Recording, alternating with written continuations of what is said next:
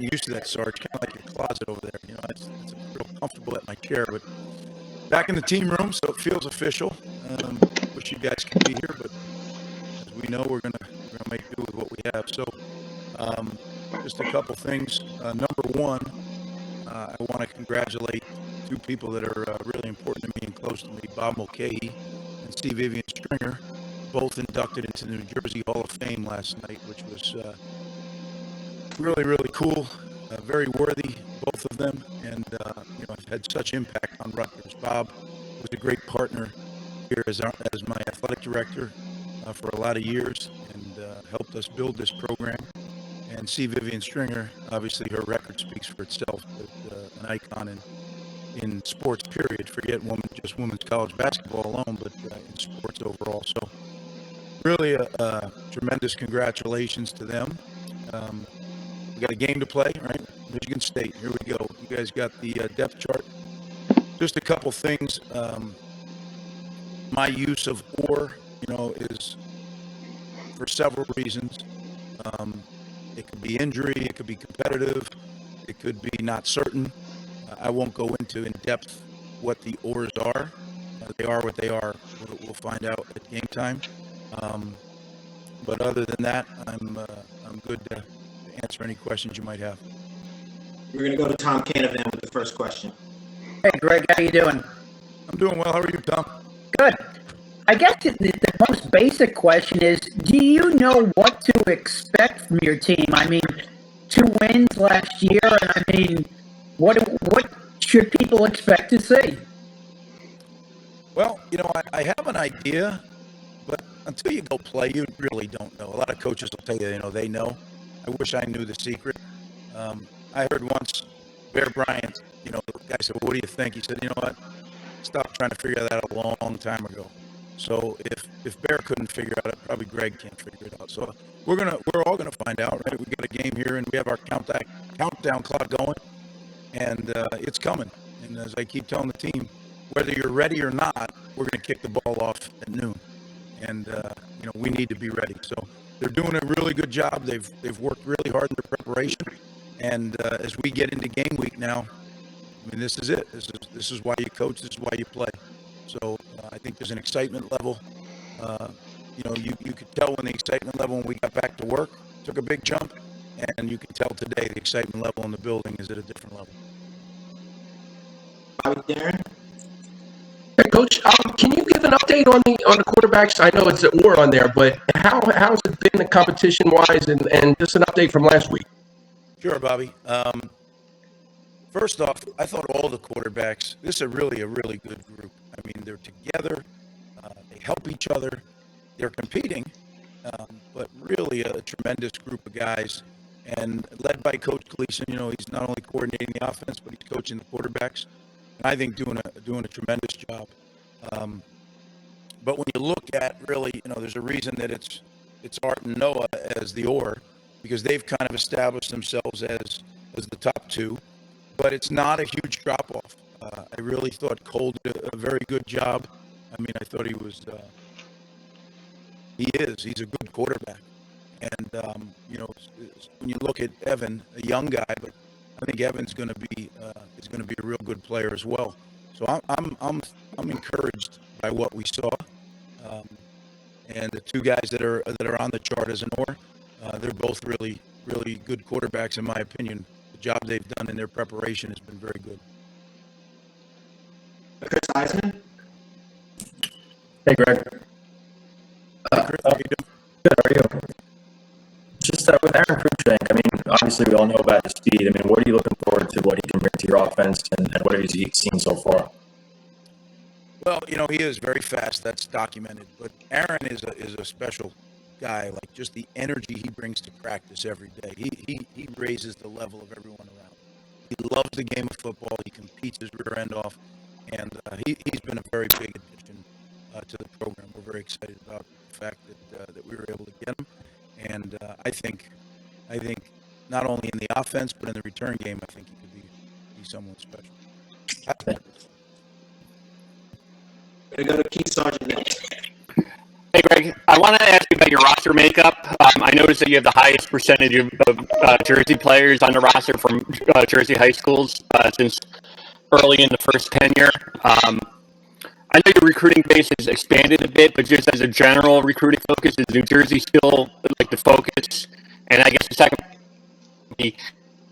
considering about 45 of your Jersey guys are believed to be walk-ons, was it an emphasis to hit the Jersey high schools really hard for preferred walk-ons after your first arrival? Great question, Sarge. First off, New Jersey will always be the beginning and the end of everything we do. Right? There's a lot of reasons for that. Number one, it's a great high school football state. There's great players. There's tremendous high school football coaching. So you get guys that are further along in their development and understand the commitment level of playing big-time college football. We will recruit other places, that's for sure, but this is always where it starts and finishes. And as I tell our coaches, let's not be flying over a bunch of kids when we leave New Jersey. If we go somewhere else to get players, it's because we need to. And there's good football played all around the country, but we happen to be in one of the hotbeds, and we got to treat that with the utmost importance first and foremost. Good question about the walk-ons. Those of you who have followed our program know they're a critical part of what we do.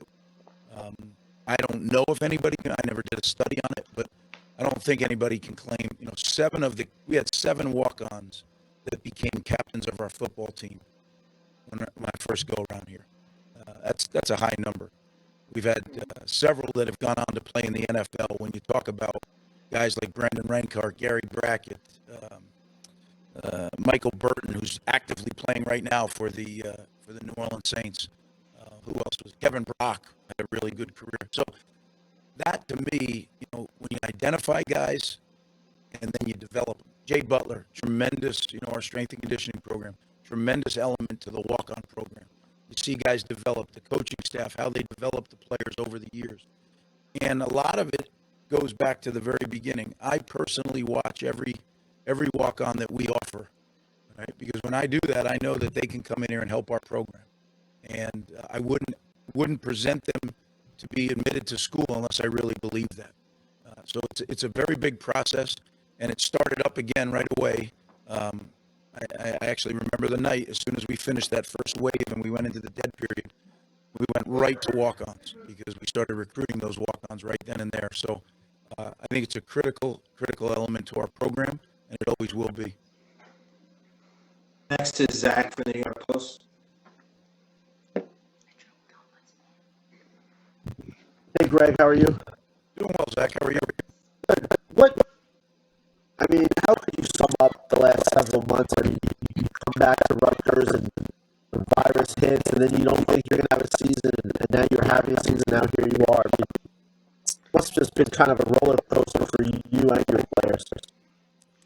Well, it has been a roller coaster. That's a good way to put it, but it's been a roller coaster for all of us, right?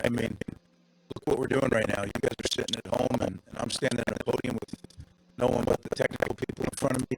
The whole thing's a roller coaster, right?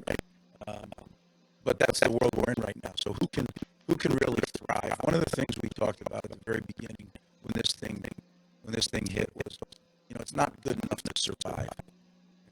That's what a lot of people tried to do. We didn't know how long it was going to be. We wanted to thrive throughout this, and we don't know when this quote unquote is going to end. So that was a big part of what we've talked to our team about. And I believe they have. I believe we've improved. I believe we've learned a lot about ourselves. So it's been very productive. But as it is for everybody, in our country and around the world, it certainly has created a whole different set of challenges than we're accustomed to. Okay, next question. How are you? Doing well, Mike. How are you? Excellent. Obviously, for you,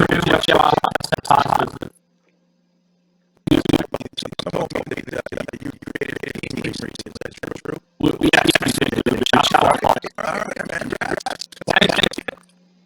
Obviously, there's so much content this is part one. Are you doing anything to kind of separate yourself with and two,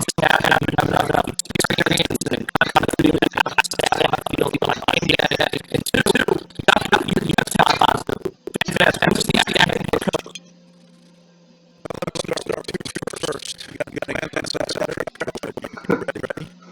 I know you've been putting out this year.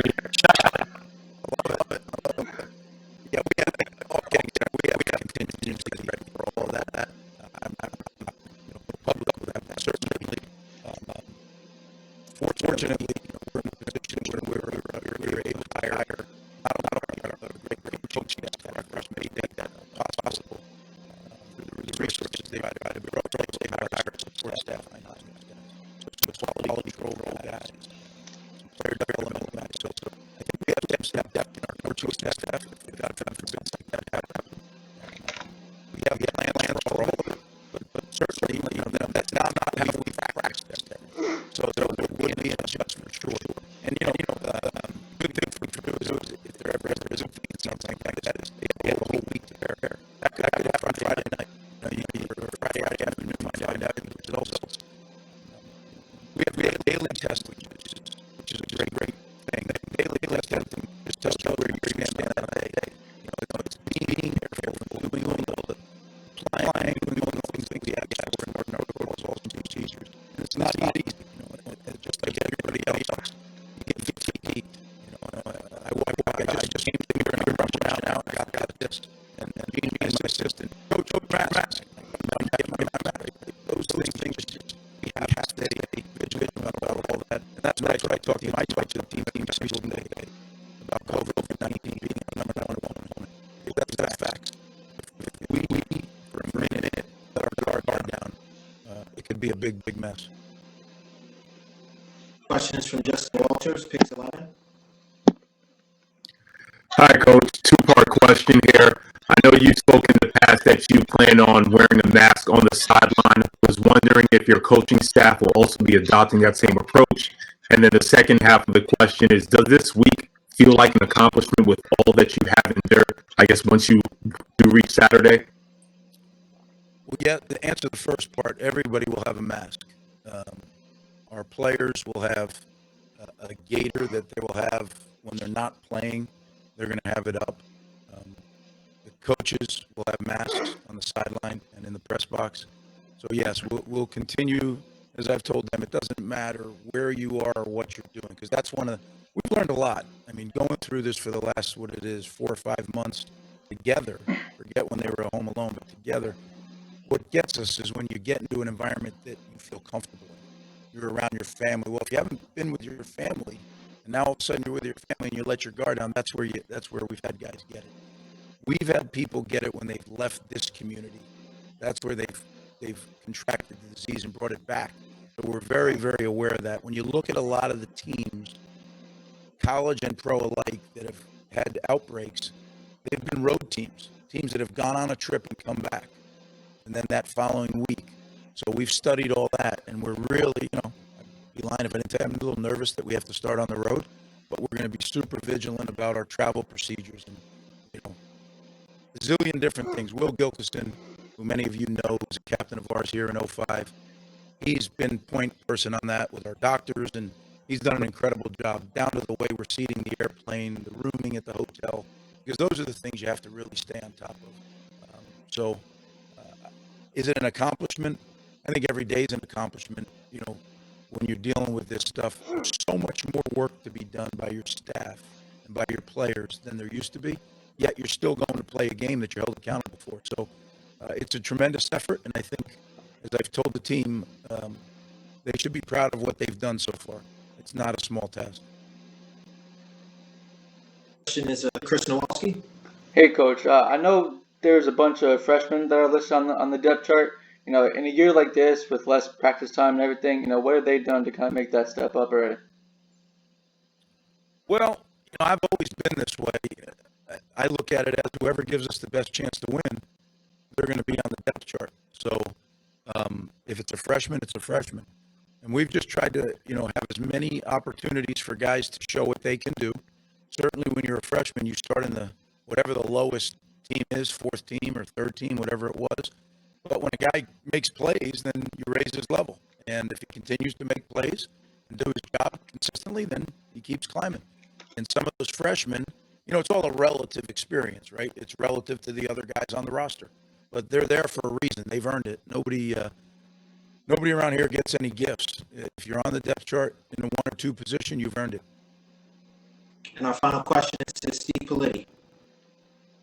Hey, Greg, how you doing? I'm doing well. How are you, Steve? Good, good. I got a big picture question for you. I'm wondering how you feel now about the overall state of your program heading into this season. And do you feel like the ceiling for what you can accomplish is even higher than it was when the first time around in 2000 when you took over? I do. I do feel the ceiling's higher. I feel good about where we are with the structure of our program. We've had interrupted time to get it implemented. That's the only thing that gives me pause. But now we've had a stretch, and we'll just continue that. I think when you take over a program, it's about installing your culture. And people say, well, go install it. But then it's learning to live the culture, right? Anybody can get up in front of a room and give a lecture about this is our culture. But being able to hold each other accountable to that culture over time. And that culture is everything. It's the way we live our life. It's the collective way that we live as a team, as a program. Now, it doesn't mean that you take away individuality. You know, if you look at our guys, they all look different. They're from different areas. They sound different. But I think there's got to be commonality in your program. It's your culture. It sets you apart from, say, another program. And time, you try to accelerate it. As a coach, you try to accelerate it as much as you can. But sometimes just living through it is what's going to allow it to become stronger and stronger. And we have a saying around here, don't touch the stove, it's hot. Well, I can tell a guy that over and over again, but sometimes they got to touch the stove to really believe that it's hot, and that takes time. So we're developing our program in every area, whether it be in strength and conditioning, football, academics. It doesn't matter. All those areas are being developed. And culturally, we'd like to think that we're vertically aligned and all doing it in the same direction. And that's what I feel best about. We have a bunch of young men that have worked incredibly hard, so that's good. You know, when you take over a program, that's not always the case. Sometimes the work ethic is an issue.